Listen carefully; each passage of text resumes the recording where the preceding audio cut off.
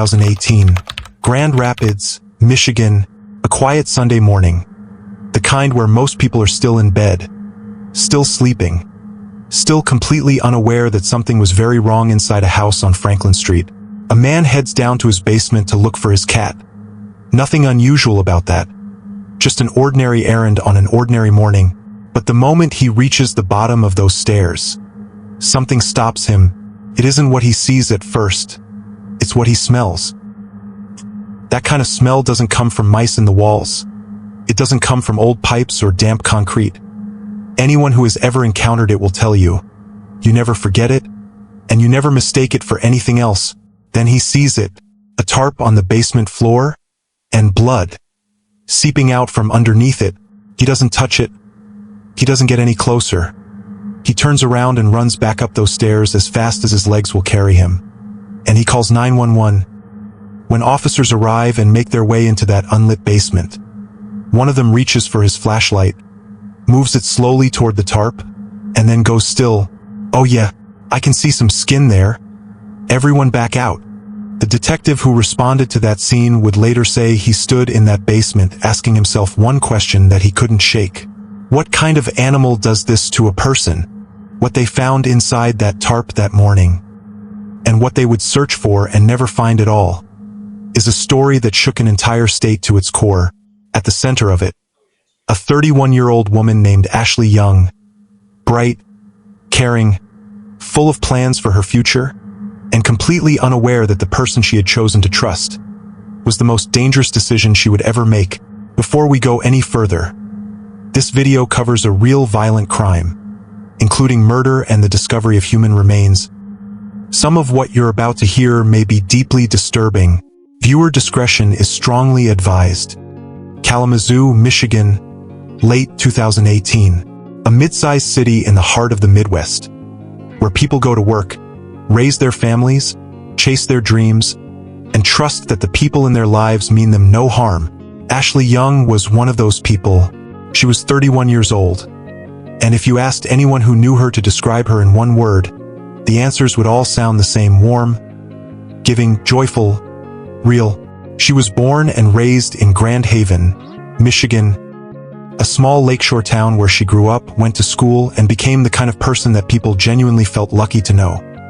She eventually made her home in Kalamazoo, building a life she was proud of one step at a time. She worked the night shift at a bank call center. It wasn't her end goal, but she showed up every single night and gave it everything she had. Because Ashley was someone who understood that the life you want requires the work you put in today. By day, she was a student at her local community college, studying languages and culture, with her eyes set on transferring to Western Michigan University.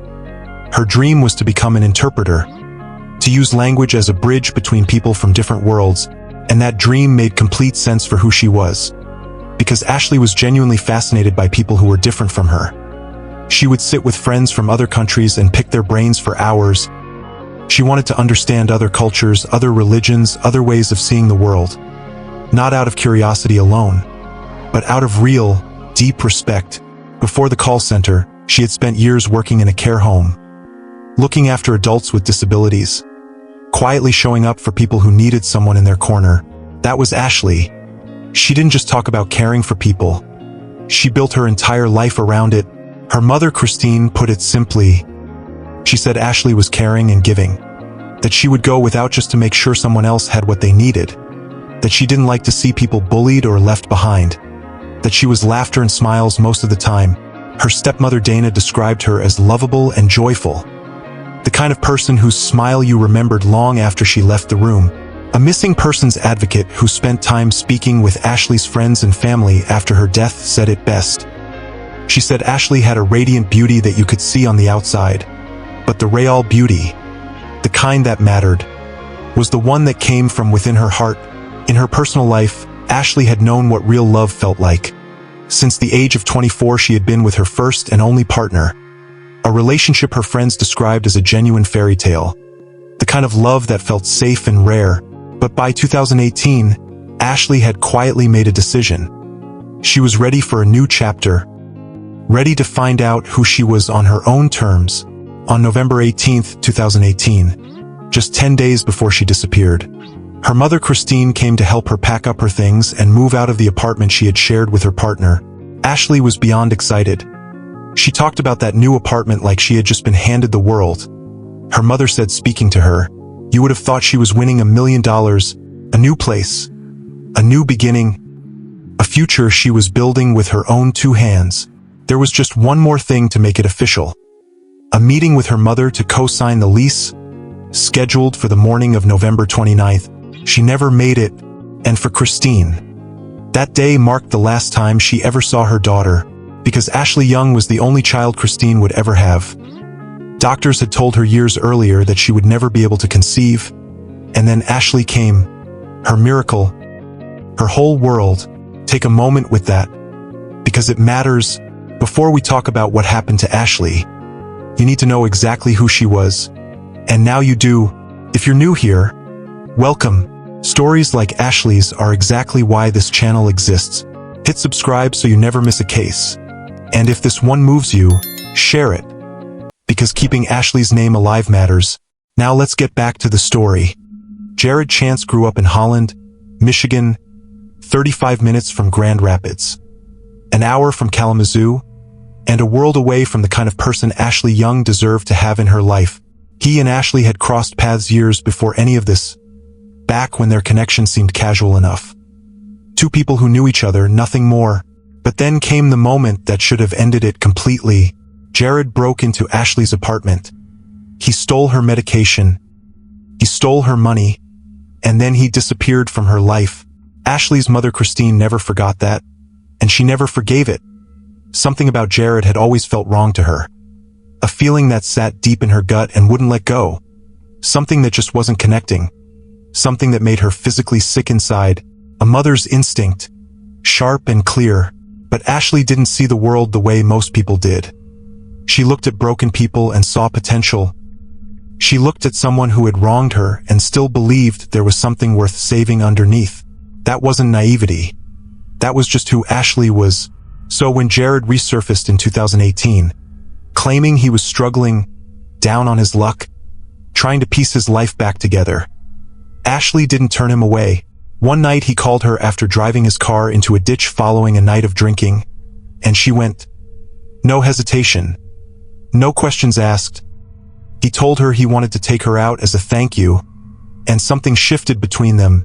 Ashley opened up to a close friend about the feelings she was developing. She left a voicemail for another friend that was full of quiet excitement. She said she couldn't wait to see him. That if things worked out the way she hoped, he would be amazing. She meant every word, and she had no idea that while she was allowing herself to feel something real for this man, he had already sat down with his downstairs neighbor and calmly, almost casually, described in precise detail exactly how he would go about killing someone and getting away with it. He listed the specific cleaning agents, the exact steps to erase blood, to destroy evidence, to make sure nothing pointed back to him. He didn't lower his voice. He didn't seem troubled by what he was saying. He said it the way someone talks about the weather, like it was just conversation. The neighbor heard every word, filed it away, and had no idea how soon it would matter. Now here is something worth pausing on, because what Jared did in that conversation has a name in behavioral science and threat assessment research. It is called leakage. Leakage is when a person, intentionally or without even realizing it, communicates their intent to cause harm to someone around them. It can come out as a boast, a prediction, a casual hypothetical, or a detailed description of exactly how they would do it. Research in this field shows that leakage appears in the majority of targeted violent crimes. It is one of the most documented and consistent warning signs that professionals look for when assessing whether someone poses a genuine danger. In other words, when someone tells you in detail how they would get away with killing a person, that is not just dark humor. That is not just blowing off steam. That is a window into something real. The neighbor heard it, remembered it, and would one day repeat every word of it in front of a jury. But by the time that happened, Ashley Young was already gone. November 28, 2018. Ashley Young woke up with something to look forward to. The next morning she was finally going to make it official. A meeting with her mother Christine to co-sign the lease on her new apartment. The fresh start she had been working toward. The one she had been so excited about that just talking about it made her sound like she'd won the lottery. One sleep away. That evening she sent her mother a text. Short and simple. She said she was almost to her destination. She never said where that destination was. Christine didn't push. She had no reason to. Ashley was a grown woman, living her life. There would be plenty of time to catch up in the morning when they sat down together and signed those papers. But morning came, and Ashley didn't. Surveillance cameras would later fill in the blanks of where Ashley had gone that night. She had traveled to Grand Rapids, to the Easttown neighborhood, first to a hookah lounge, and then to a bar called Mulligan's Pub, with Jared Chance. A bartender who worked that night remembered them. They moved back and forth between the bar and the hookah lounge. Easy, relaxed. Ashley was smiling, ordering drinks, laughing, just being herself. Nothing in that bar that night suggested anything was wrong. Ashley's friends one by one. Nobody had heard from her. Nobody knew where she was. The excitement Christine had felt the night before began to curdle into something else entirely. She took to Facebook, posted publicly, desperately asking if anyone had seen her daughter or knew where she might be. And while she was scrolling through Ashley's recent activity looking for any kind of clue, a name kept coming up, Jared Chance. Christine tracked down his number and called him. He answered, and he was calm, almost unnervingly calm. He told her that he and Ashley had gone out the night before, had a good time, and then gone their separate ways. He said Ashley had lost her phone at the hookah lounge and gone back to retrieve it before heading to work. Christine listened carefully, and something didn't sit right. Ashley wasn't working at the time Jared said she was heading to work.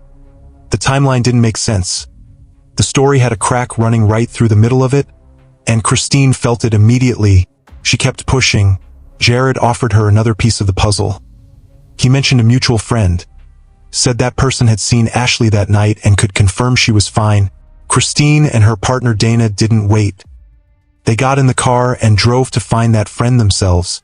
What he told them stopped them cold. He hadn't seen Ashley. He didn't know anything about where she was. But he had just received a string of text messages from Jared, sent just minutes before Christine and Dana arrived at his door, begging him to lie to them, to tell them he had been with Ashley that night, to cover for him. Jared Chance had sent those messages while Christine was still on the phone trying to find her daughter. Christine and Dana got back in the car. They didn't say much. They didn't need to. They drove straight to Jared's apartment on Franklin Street. And when they turned onto that street and saw the police car, ink was a name, Jared Chance. Inside the box was a black garbage bag. And inside that bag were human limbs. Legs that had been severed above the knee with no feet attached. Arms with no hands. A crime scene technician who had spent years working some of the most difficult cases in the county would later say that when she walked through that apartment. This one was different. This one stood out across her entire career as the most horrific scene she had ever encountered. That a lot of areas throughout that apartment tested positive for blood. As though someone had tried desperately to clean everything up, and failed, and the evidence told that story clearly. Blood staining throughout the upstairs kitchen and bathroom. A shower curtain missing from its rail. 2 spent .22 caliber rounds recovered from inside an air vent. Latex gloves. Rolls of plastic wrap. Ammonia bottles. Saw blades. And a utility knife that had been stuffed inside the toilet. And then, on a pair of pants found at the scene, a name written in the waistband, Jared Chance. Across the street from the apartment building. Now here is where the investigation hit a wall that would follow this case all the way to trial.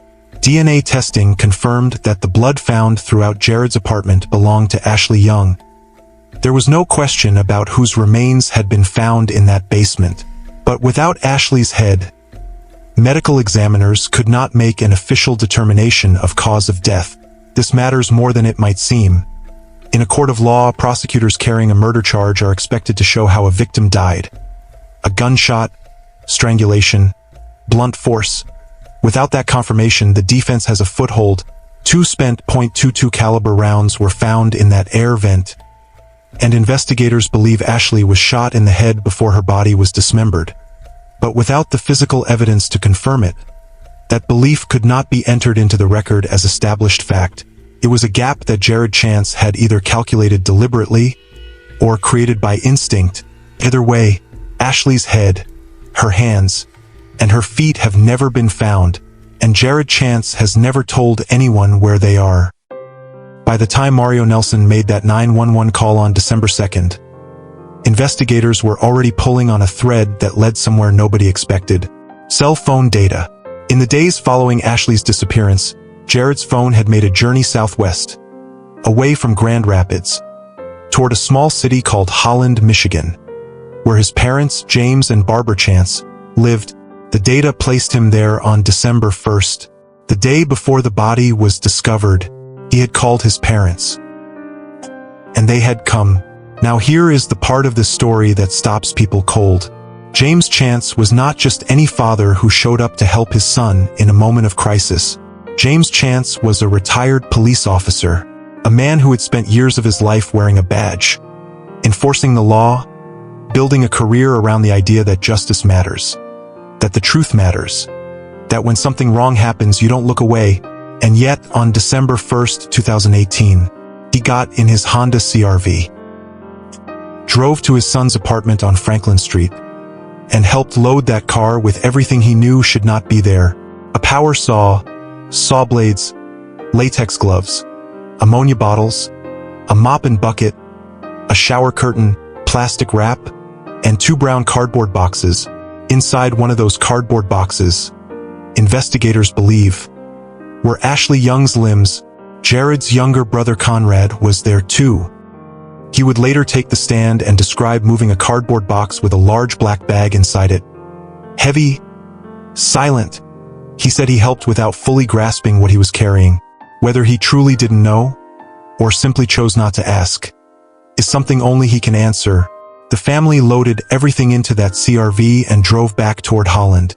Then they turned around, drove back to Grand Rapids, and returned some of the items to the apartment, but not all of them. When detectives later executed a search warrant on the family home in Holland, they found the power saw hidden underneath the couch. They examined the blade, human tissue. They also found a bloody shower curtain inside the home, and traces of blood inside the Honda CR-V sitting in the garage. The evidence didn't just point at Jared anymore. It pointed at the people who raised him. Now it's worth pausing here to understand exactly what James and Barbara Chance were charged with, because the legal term matters in this context. Accessory after the fact means that a person, knowing a crime has been committed, takes deliberate action to help the offender avoid arrest, hide evidence, or escape consequences. It is not the same as committing the crime itself, but it is a crime, because it directly obstructs justice and makes the investigation harder for everyone trying to find the truth. For James Chance specifically, his background made his actions impossible to excuse away. This was not a man who didn't understand what he was doing. This was a man who had spent his career processing crime scenes, understanding evidence, knowing exactly what a bloody power saw hidden under a couch means in the eyes of the law. He knew, and he did it anyway. Both parents were charged. Both were convicted. Barbara received 45 days in jail after accepting a plea. James received 1 month behind bars and a year of probation. For a family that carried Ashley's remains in a cardboard box, that hid a saw covered in human tissue under their living room furniture, that drove back and forth between cities while a mother was desperately searching for her daughter. Many people who followed this case felt that those sentences said everything about how far justice had fallen short. Ashley's family never stopped saying it either. If they had just told the truth. Even then, even after everything, at least Ashley could have come home whole. She never did.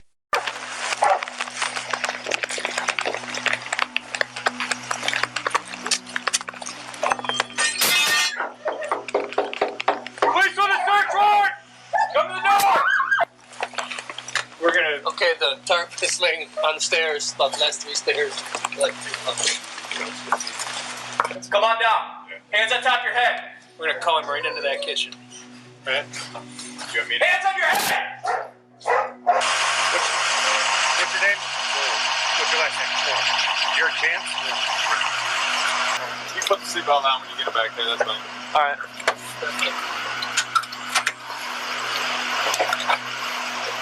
No, I got S1. Jared Chance was arrested on the 2nd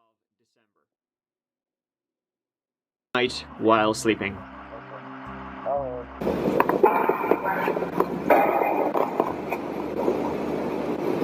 Chance, is that you, sir? Yeah, sir. It is alleged as follows. When Jared Chance was first taken into custody, the charges against him were serious, but they were not murder, mutilation of a body, concealing a death, and that gap between what investigators knew in their gut and what they could prove in a courtroom was a problem that kept the entire case on edge. Here is why that matters. When a victim's remains are incomplete, when critical parts of the body are missing, medical examiners are often unable to make an official determination of how that person died. And in a murder case, cause of death is not just a detail. It is a cornerstone. Without it, prosecutors cannot simply tell a jury what happened. They have to show them, piece by piece, thread by thread, building what is known as a circumstantial case. One where no single piece of evidence proves everything on its own, but where the weight of everything combined leaves a jury with only one reasonable conclusion. It is one of the hardest cases to prosecute, and one of the most important to get right, so detectives went to work. Cell phone records tracked Jared's movements in the hours and days surrounding Ashley's disappearance. Surveillance footage placed him purchasing cleaning supplies in the early hours of November 29th. DNA testing confirmed the blood in his apartment belonged to Ashley. Forensic evidence from the crime scene painted a picture of what had happened inside those walls. And then there was the neighbor. Mario Nelson's testimony was not just valuable because he found the body. It was valuable because of what he had heard weeks before any of this happened. A man sitting across from him casually describing exactly how he would kill someone and make sure nothing could be traced back to him. That conversation, remembered clearly, repeated precisely, became one of the most powerful pieces of the prosecution's foundation. Piece by piece the timeline came together. The lies Jared told Christine, the texts he sent begging a friend to cover for him, the items loaded into his parents' car, the saw blade with tissue on it found under a couch in Holland, every thread connected. And on January 4th, 2019, Jared Chance was formally charged with murder. The case that had started with a smell in a basement was now headed toward a courtroom. Up to the stairs, there's a tarp laying there, and it's like just a stream of blood out of it. We've been here, Ashley, and I just wanted to hear from you, give you a chance. All right. I really can't say much, but I don't even really know what to say. Well, what happened to Ashley Young? I can't even talk about it. You can't talk about it because you're so emotional, or? I just can't, well, that too, but, yeah, I don't know. Her daughter is gone. Can you just give her some kind of peace and just tell her where she is? I'd love to give her some kind of peace, I really would. I don't know what to do here. This situation is, I don't know what to do. 2019, nearly 10 months after Ashley Young was last seen walking out of Mulligan's pub, the case that had shaken an entire state finally made it to a courtroom in Grand Rapids. And on that very first morning, before a single witness took the stand, Jared Chance was handed one last opportunity. Plea deal. The terms were straightforward. Plead guilty. Accept a minimum sentence of 31 years. The same number as Ashley's age when she died. And in exchange, walk prosecutors and Ashley's family to wherever the rest of her remains were.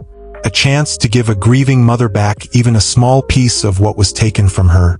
He looked at that offer, and he said no. So the trial began. Over the days that followed, 18 witnesses took the stand and more than 200 pieces of evidence were placed before the jury. They heard from Mario Nelson, who described finding that tarp and the conversation he'd had with Jared weeks before it. They heard from crime scene technicians who walked them through every detail of what that apartment gave up. They heard from Jared's own brother Conrad, who sat in that witness box and testified against his own family. And they heard from Christine Young, Ashley's mother, who sat in that courtroom and told the jury who her daughter was, and what losing her had done to everyone who loved her. The defense leaned hard on the gaps in the case. No confirmed cause of death. No established motive. No evidence, they argued, that conclusively proved Jared Chance had killed anyone. The prosecution's answer was simple and steady. The evidence didn't need a motive to be overwhelming. It needed to be believed. And there were over 200 reasons sitting in front of that jury to believe it. On September 13, 2019, just 3 days after testimony began, the jury walked back into that courtroom, guilty, on all counts, second-degree murder, mutilation of a dead body, concealing a death, 3 counts of tampering with evidence. Jared Chance sat completely still as the verdict was read. No reaction, no visible emotion, not even a flinch, the same blank expression he had worn every single day of that trial. Tonight, the jury has been selected in the trial of Jared Chance, the accused man of the murder and mutilation of Ashley Young. It is a trial that this morning was not going to happen because Chance was expected to take a plea deal that had been offered. News 8's Barton Dieter is here now with what happened in court and what happens next. Barton. Well, Brian, it was by most accounts a pretty good deal that would give this defendant a much shorter minimum sentence than he faces if convicted now, and would have saved the family of Ashley Young the trauma of a trial. Instead, the 30-year-old will take his chance with a jury. If you are not guilty, it's real simple. You should simply go to trial. October 10th, 2019. The courtroom was packed, and one by one, the people who loved Ashley Young stood up, walked to that microphone, and faced the man who took her. Her best friend looked directly at him and said Ashley deserved better than this, and that she would spend the rest of her life hating him for what he did. Her father called him a coward, told him he had lived his life as one, and that he would die as one too. Her stepmother Dana stood at that podium sobbing, not screaming, not raging, just sobbing, and through her tears she asked him one thing. Just tell them where the rest of Ashley is. Just give them that one thing. He said nothing. Then Christine stood up. She walked to that microphone carrying a box, covered in photographs of her daughter, Ashley's ashes inside. She looked at Jared Chance and she told him the truth of what he had left her with. That when she wants to hug her daughter, she has to wrap her arms around that box, close her eyes, and pretend Ashley is hugging her back because of what he chose to do. Judge Mark Trusock had presided over more than 200 murder cases across his career.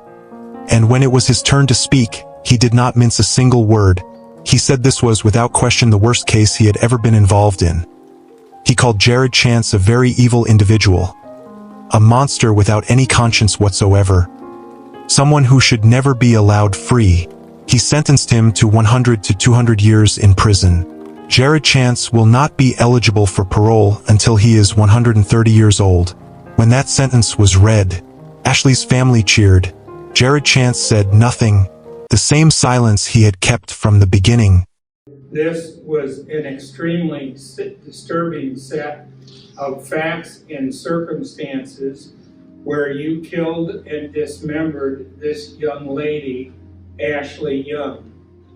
Only her torso was found in the basement. The police, although they did an excellent job in this matter, working every possible lead, could never find Ashley's head, her hands, or her feet. You, sir, in my mind, are a very evil individual. Was denied in 2021, and barring something extraordinary, he will die in that prison cell, which is exactly what the judge intended. But for Christine Young, a sentence was never going to be enough, because Ashley still isn't home. Not completely. Christine has never stopped searching. She has held vigils, organized fundraisers. She has told her daughter's story to anyone willing to listen. She has kept Ashley's name alive in every way she knows how, because she believes someone out there knows something, maybe more than one person, and she has never stopped asking them to come forward. Ashley Young was 31 years old. She had a new apartment waiting, a future she had drawn out in her mind, dreams she was chasing one night class at a time, A heart so wide open that even the people who had hurt her could find their way back in. That openness, that willingness to believe the best in people, may have been the thing that put her in that apartment on Franklin Street on the last night of her life. But it is also the truest thing about who she was, and it is why her story deserves to be told and retold and never forgotten. There is a question that has hung over this case from the very beginning, one that has never been answered, one that Jared Chance has chosen to take with him into that cell and hold on to in silence. Her mother asked it first, and it still stands. Ashley did nothing wrong, so why did you kill her?